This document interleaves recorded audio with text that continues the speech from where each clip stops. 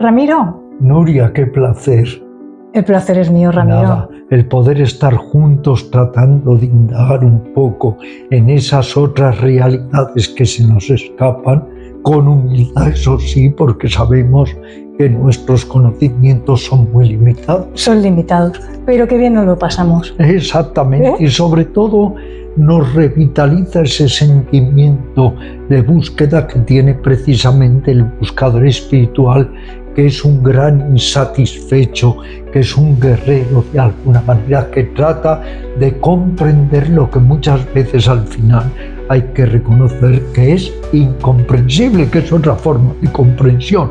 Comprender que muchas cosas no se pueden comprender, pero lo importante, Nuria, es tener esta oportunidad de que estemos juntos, nos hayamos visto, hayas venido de Barcelona, aunque sea abandonando por 2 o 3 días tu centro de yoga allí, y ya aprovecho para desearte todo lo mejor, que yo te tengo una enorme admiración por lo magnífica profesora de yoga que eres y porque llevas magistralmente, y lo recomiendo a todo el mundo, ese canal yógico o espiritual que es Frecuencia Alquímica. Exactamente, Frecuencia Alquímica, entre los dos lo hemos dicho.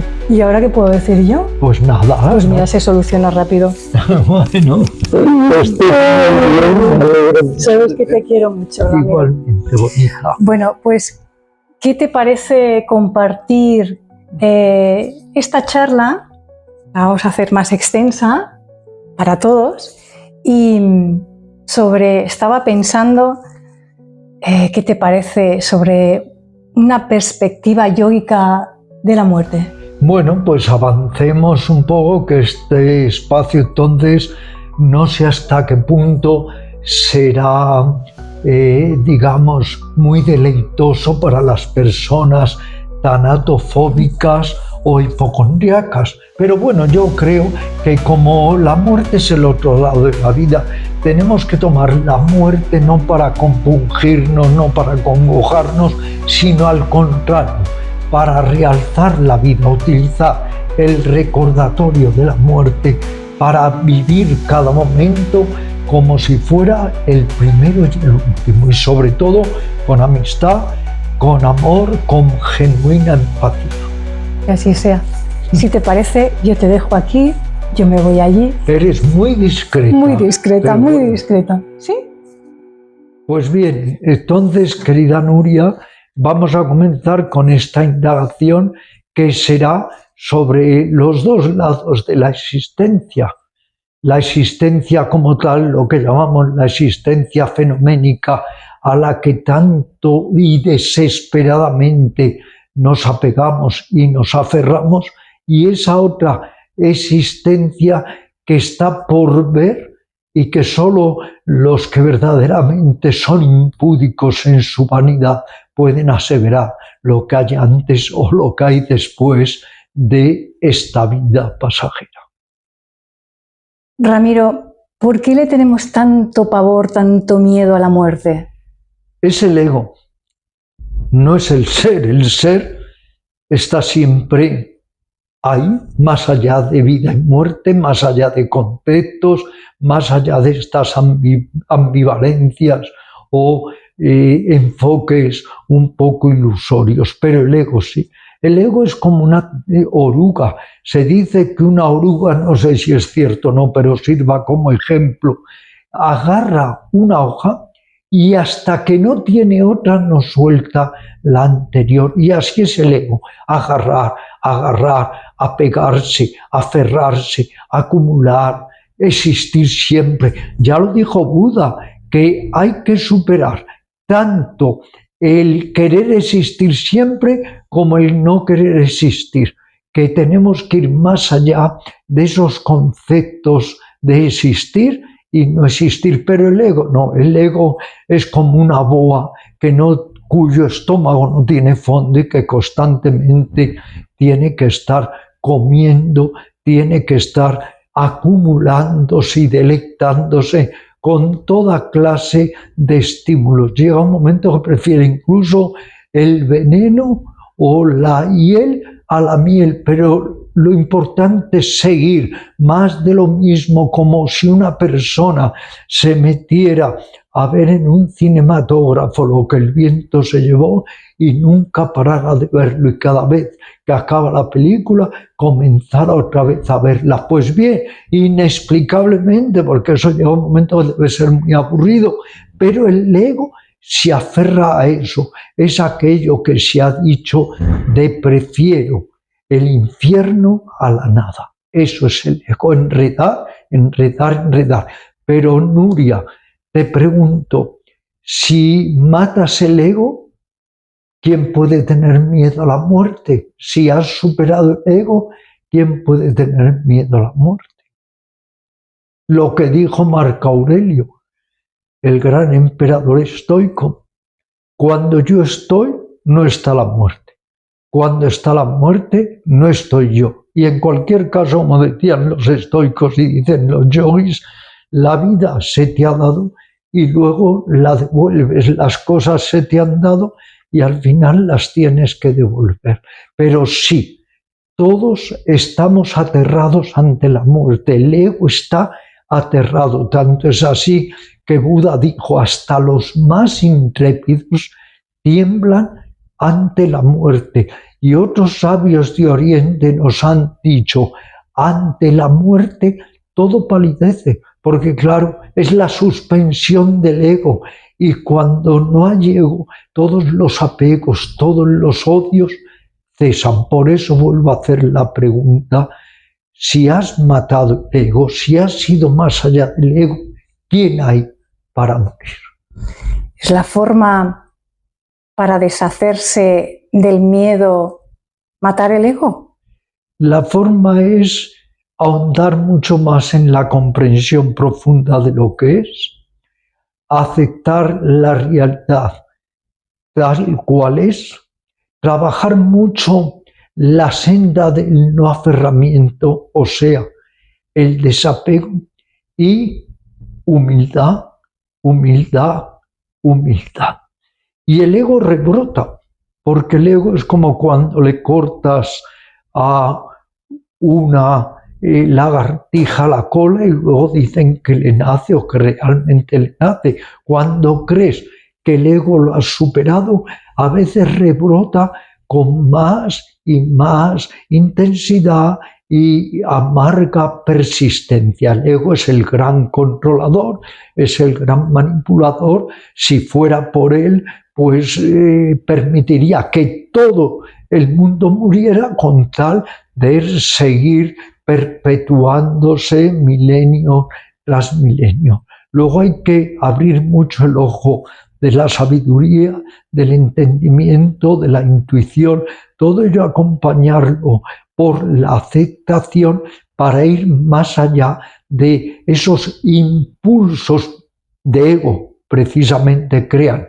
impulsos egocéntricos y tratar de recuperar otra manera de percibir y de ser. Yo he estado varias veces en esta vida a punto de morir o en situaciones muy críticas y he comprobado, y esto lo he referido en dos libros, sobre todo míos, en uno que se llama En el límite, que narra toda mi enfermedad cuando estuve casi un mes incluso en coma y que le dieron a mi familia que 4 horas de vida para mí, pues he narrado toda esa peripecia, esa aventura, esa acrobacia, y también en mis memorias, en mi libro, El viaje de mi vida, donde explico hasta qué punto, después de haber sobrevivido, comprobé durante semanas la lucha que se producía entre el cerebro antiguo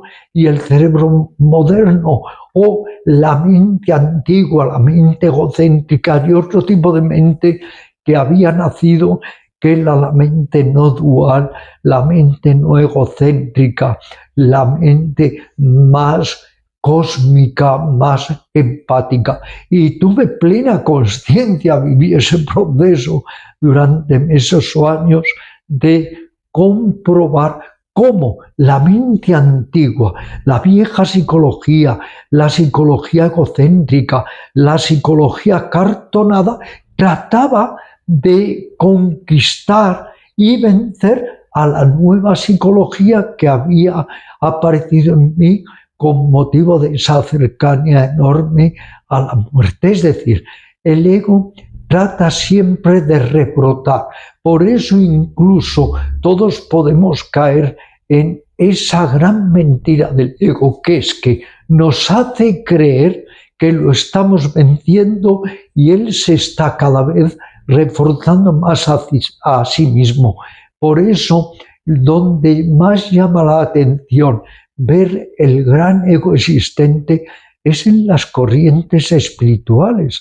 Todas las corrientes espirituales de cualquier tipo, de cualquier orden, de cualquier característica, tienen que facilitarnos herramientas reales para debilitar el ego e ir más allá del ego. Y llama la atención que precisamente en las corrientes espirituales, incluido el yoga, el zen, el cristianismo, el sufismo, el lamaísmo, hay egos totalmente desmesurados, totalmente desmedidos.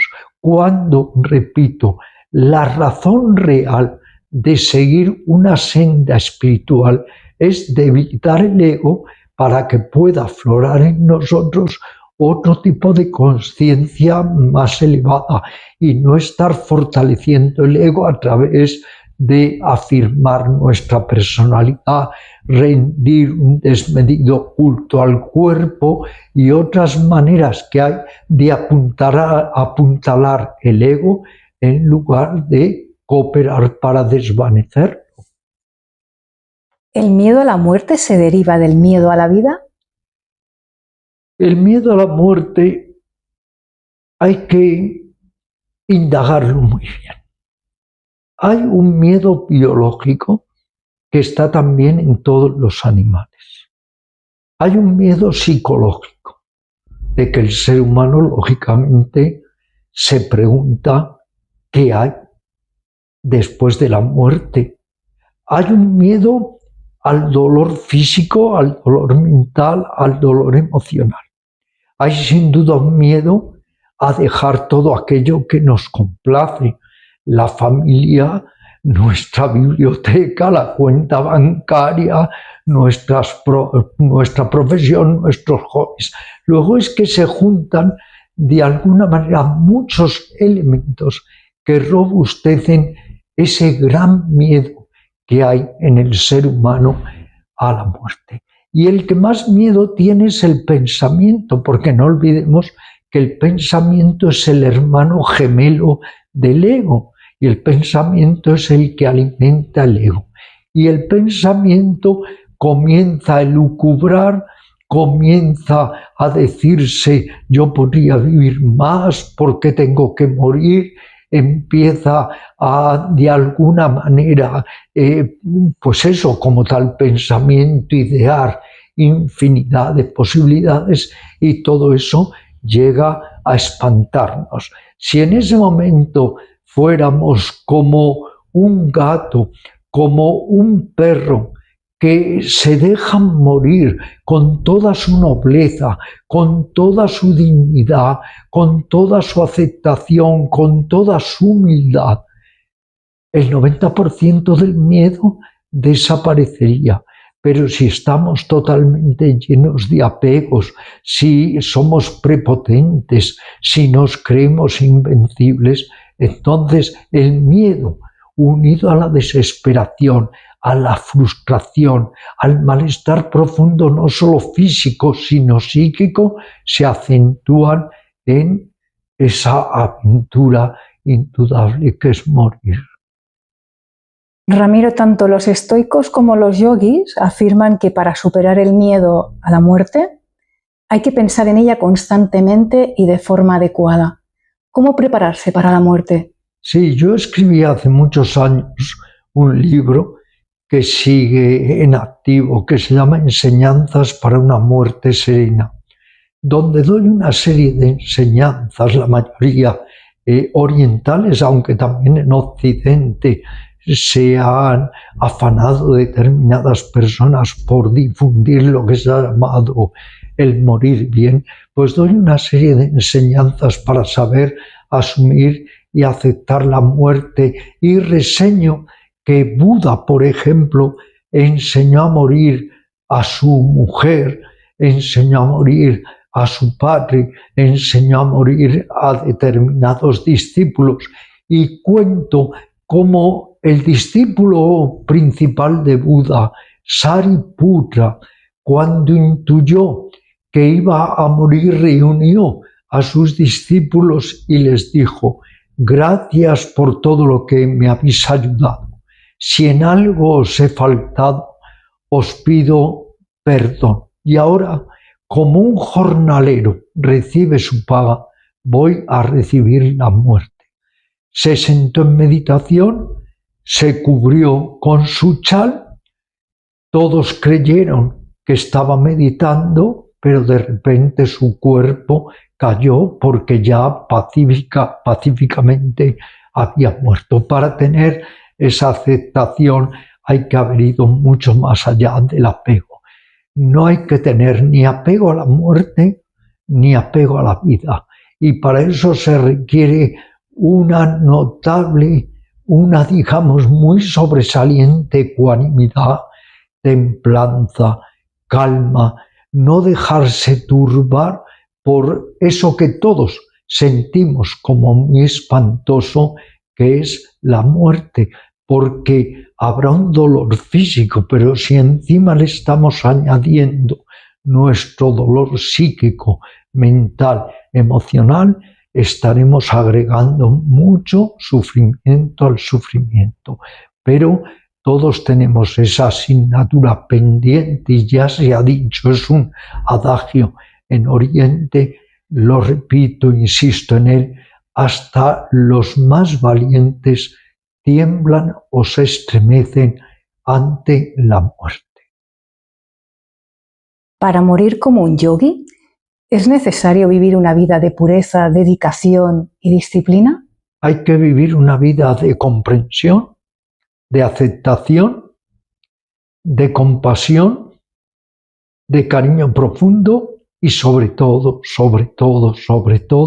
de desprendimiento, de tener esa conciencia muy clara, ya intuitiva, no solamente pensante, porque el pensamiento no transforma, pero sí intuitiva, de que todo es pasajero, de que surgimos y nos desvanecemos, de que haya lo que haya después. Si hay algo, lo que no va a haber es esta personalidad, ni este ego, ni estos apegos, ni estos odios, ni este nombre, ni esta imagen, ni esta forma.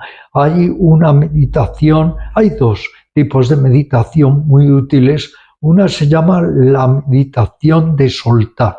Te sientas en meditación y sueltas tus apegos, sueltas tus aferramientos, vas soltando todo. Es un desprenderse, es un liberarse, es ir poco a poco aligerando nuestro equipaje. Y el otro ejercicio consiste en una reflexión muy sentida, muy profunda en los siguientes puntos. La muerte es inevitable, la muerte es irreparable. La muerte siempre es hoy, porque aunque sea dentro de 20 años, será hoy. Y se muere en soledad, es la propia muerte, porque aunque 1000 personas murieran a tu lado, es tu propia muerte. Hay que realizar esta reflexión profunda, no para angustiarse, sino al revés, para realzar la vida, para darnos cuenta de que cualquier momento puede ser el último, que cualquier hora de nuestra vida puede ser la última, y que si realmente somos conscientes de nuestra finitud, de nuestra fragilidad, de nuestra muerte inevitable, seremos más bondadosos, más comprensivos y apreciaremos mucho mejor las cosas buenas de la vida. Seremos más profundamente humanos, porque realmente lo que todo ser humano debería tratar, ese debe ser el sentido más grande de nuestra vida, es humanizarnos. Y si nos humanizamos, todas nuestras cualidades positivas las desplegaremos hacia nosotros y hacia las otras criaturas, y entenderemos que hasta una brizna de hierba es sagrada y que es imperdonable, realmente imperdonable, que podamos dañar a las otras criaturas. ¿Hay conexión entre el sueño y la muerte? Todos los días morimos. Hay un ejercicio hermoso que me enseñaron en la India, pero ya en uno de mis primeros viajes. Al ir a dormirte, cuando ya estás conciliando el sueño, dejas tu alma en manos de la diosa, de la Sati, la gran diosa. Si al día siguiente se te devuelve el alma, estás vivo. Si no se te devuelve el alma, ya has muerto. Todos los días morimos, lo decía Baba Sivananda de Benares y tantos yogis que he entrevistado. Todas las noches morimos y al día siguiente, si despertamos, es que todavía estamos vivos. Pero podemos aprovechar para hacer un ejercicio de intrepidez, que es utilizar ese paso, ese viaje, a quedar dormidos, como si fuera desprendimiento, como si fuera que estamos abandonando nuestros anhelos, nuestros miedos y, por supuesto, nuestro cuerpo, pero hacerlo con calma, incluso con gratitud, incluso con el agradecimiento profundo de que, habiendo pasado por este planeta, hemos tenido la enorme fortuna y suerte de haber conocido a muchos seres que nos han querido mucho y que mucho hemos querido. E incluso este ejercicio, aun si no morimos esa noche, ya morimos otra, es muy valiosa porque nos relaja y saca lo mejor de nosotros y nos va enseñando el arte verdadero de soltar, soltar, soltar. Es que no nos damos cuenta de que nada nos pertenece, de que vinimos a este mundo y nacer de alguna forma ya es empezar a irnos, es empezar a morir. Somos paseantes por este planeta y cuanto paseemos con mayor curiosidad, con mayor atención, con mayor lucidez y con mayor compasión, tanto mejor. El verdadero sentido de la vida se lo da uno mismo a la vida y no hay mayor sentido que ser una buena persona. Cuando me preguntan en muchos medios cómo quisieras que te recordasen cuando ya hubieras muerto, siempre digo, me basta con que dijeran que no era una mala persona. ¿Qué muere cuando morimos? ¿Y qué continúa viviendo? Eso está por ver. Yo no me puedo aventurar, yo no puedo ser uno de esos ególatras que pontifican. Yo sería un falsario, querida Nubia, si llegara aquí y te dijera que recuerdo mis vidas pasadas, que sé lo que va a suceder en vidas futuras, si elucubrara sobre la reencarnación, el renacimiento o la teoría del eterno presente que postulaban Nietzsche y Uspensky, de que vivimos la misma vida. Muchas veces no, por favor. Yo no me aventuro a nada de ello. Yo aquí rindo mi ego y trato de decir que lo poco que sé, ni siquiera a lo mejor lo sé. Lo que hay que aprender es a dudar también de uno mismo, a convertirnos en laboratorios vivientes donde experimentar. experimentemos. Y lo único que te puedo decir, querida Nuria, es que respiro. Ahora estoy respirando, soy consciente de mi propia respiración. Y en el momento que deje de respirar, pues si hay otro tipo de conciencia de ser, otro tipo de, entre comillas, entidad, pues ya lo sabré. Pero ahora simplemente me humildo, incluso cuando hablo de estos temas, habiendo escrito un libro que se llama Enseñanzas sobre la muerte serena, muchas veces digo con sentido, no exento de humor, que esperemos no hacer el ridículo cuando yo llegue.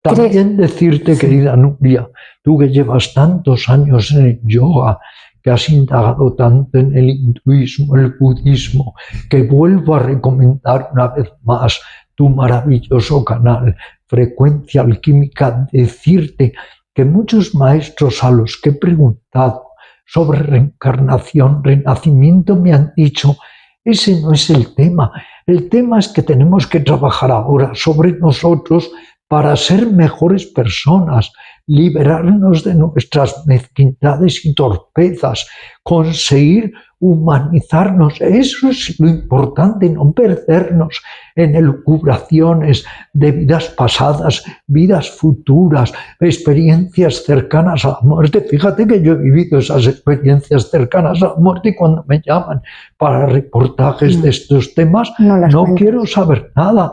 Me han llamado varias veces para películas de estos temas, no quiero saber nada. Bastante tengo con comprender la vida como para ponerme ahora a elucubrar sobre la muerte y el más allá. Entonces, no perdamos tanto tiempo pensando lo que fuimos, pensando lo que seremos. No perdamos energía, aprovechemos esa energía para ser más nosotros mismos, meditar, trabajar sobre nosotros, practicar yoga o cualquier otra disciplina espiritual, y que cada día seamos un poco mejor. Al final, como me gusta decir, al final lo importante es mente clara, corazón tierno. Y si al morir tenemos una mente más o menos clara y un corazón tierno, ya nos podemos felicitar a nosotros mismos. La simplicidad del aquí y el ahora. La simplicidad hermosa de aquí y ahora, pero cooperando. No el aquí y ahora egoísta, eso es mezquindad y ruindad. El aquí y ahora cooperando con las otras criaturas. El que, ya que somos coincidentes vitales, podamos estar echándonos una mano los unos a los otros. Por eso el yoga es importante en todos sus pasos. Primero llama y niyama, lo virtuoso. Luego la concentración, la meditación y luego la conquista de ese estado superior de conciencia que es el samadhi, o la conciencia suprema, la mente supramundana, la supraconsciencia, como queramos llamarle. Pero si el yoga, en lugar de procurarnos sensibilidad, compasión, en lugar de humanizarnos, en lugar de debilitar nuestro ego, hace todo lo contrario, eso es el anti-yoga. Y Ramiro, ¿qué actitud espiritual hay que tomar ante la pérdida de seres queridos? La pérdida de seres queridos es dramática, es trágica, pero ¿por qué lo vamos a ocultar? Es un desgarramiento profundo. Es que cuando te cortan un brazo, una pierna, cuando te amputan un miembro, eso tiene que ser grato, eso tiene que dejarnos indiferentes, ¿no? Eso es muy doloroso. La pérdida de un ser amado es sumamente dolorosa, pero hay que aceptar, hay que comprender. Todos venimos, todos partimos. Lo único que ellos han hecho es que se han anticipado a nosotros. Cuando murió mi hermano Miguel Ángel, al que yo tantísimo amaba y admiraba. O cuando murieron mis padres, que han sido para mí los mejores padres del mundo. O mi amadísimo gato Emil, al que le he dedicado el libro Lo que aprendí de mi gato Emil. Cuando murieron, yo me desgarré honda y profundamente, pero pensé, lo que han hecho es irse antes que yo, porque si nos abstraemos desde un punto de vista cósmico, que mi hermano se haya ido 15 años antes que yo, que mi gato Emil se haya ido 12 años antes, mis padres 40 o 50 años antes, en realidad ellos me han precedido, me han abierto incluso camino y tengo que apoyarme en ese sentimiento de saber soltar, de saber que ellos ya han emprendido la marcha, han emprendido el viaje y que luego lo voy a emprender yo. Luego no hay por qué buscar placebos, enmascaramientos, autoengaños para no sufrir. Está además la meditación del llanto. El llanto purifica, limpia nuestra alma. Si sientes la pérdida de un ser querido, humano o animal, siéntate y deja que tus lágrimas fluyan con entera libertad. No te ocultes el dolor, no te escondas el sufrimiento. Eso es un grave error. Esos son cánticos absurdos de la llamada nueva era. El ser humano sufre, estamos sometidos al sufrimiento, al gozo, a la pérdida, a la ganancia, al éxito, a la derrota, al halago, al insulto, y en todas esas diferencias es donde tenemos que encontrar nuestro equilibrio y nuestra armonía. El consuelo, el refugio a la larga está dentro de nosotros. ¿Y cómo acompañar, Ramiro, pues quizás a cualquier ser que está a punto de morir? Con presencia. No hay que decir nada, esas cosas de vas a ir a un lugar muy bonito, vas a estar mucho mejor. Esa persona te puede contestar como en el chiste, desengáñense, que como en casita de uno no está uno en ninguna parte. Todo eso es parafernalias de la nueva era. Presencia, la presencia de amor, la presencia de intimidad, la presencia de cariño, comunión. ¿Qué es comunión? Comunión es mucho más que comunicación. La comunicación es pobre, la comunicación es de ego a ego, de cuerpo a cuerpo. La comunión es un sentimiento de impregnación, es un abrazo de energías muy profundas, no solamente en ese momento amar, sino almar, amor del alma, el acompañar, el estar, el besar. Pero al final saber que todos nosotros moriremos solos, moriremos con nosotros mismos. Por eso, qué importante es también preparar nuestra mente con pensamientos sanos, generosos, con sentimientos nobles para cuando se produzca ese momento. Imagínate, querida Nuria, que cuando está una persona muriendo, lo que se le ocurre es pensar en el peor alimento del mundo, que son las hamburguesas. Te estás muriendo, estás pensando en el peor alimento, que te apetecen las hamburguesas. No, que los pensamientos ahí sean de calma, sean de quietud, de equilibrio, dejarte ir, saber soltar. En esto los animales tienen mucho ganado sobre nosotros. Morir, repito, lo he dicho en varios reportajes míos, con la dignidad, con la paz, con la quietud de un perro o de un gato o de otros animales. Y que el amor nunca muere, ¿no? El amor, la palabra haciendo un juego de palabras, amor, sin muerte.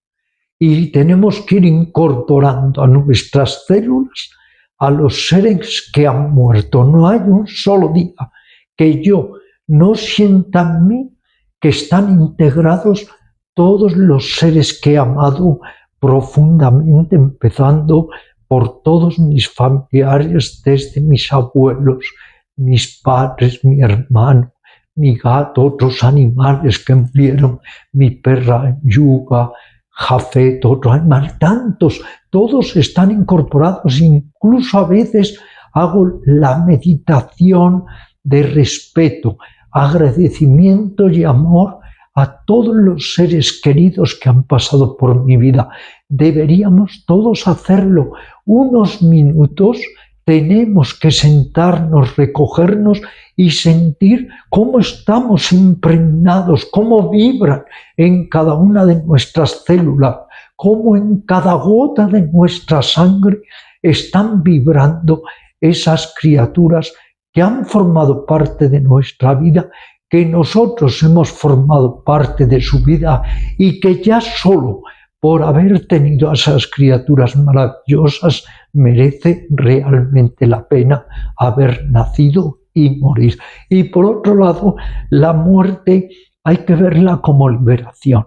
Es muy difícil, pero fíjate, un conocido mío decía cuando le comunicaban: esta persona ha muerto, y decía: ya se ha liberado de la vida y de la muerte, porque el que ha muerto tenemos que considerar ya se ha liberado de la vida y de la muerte.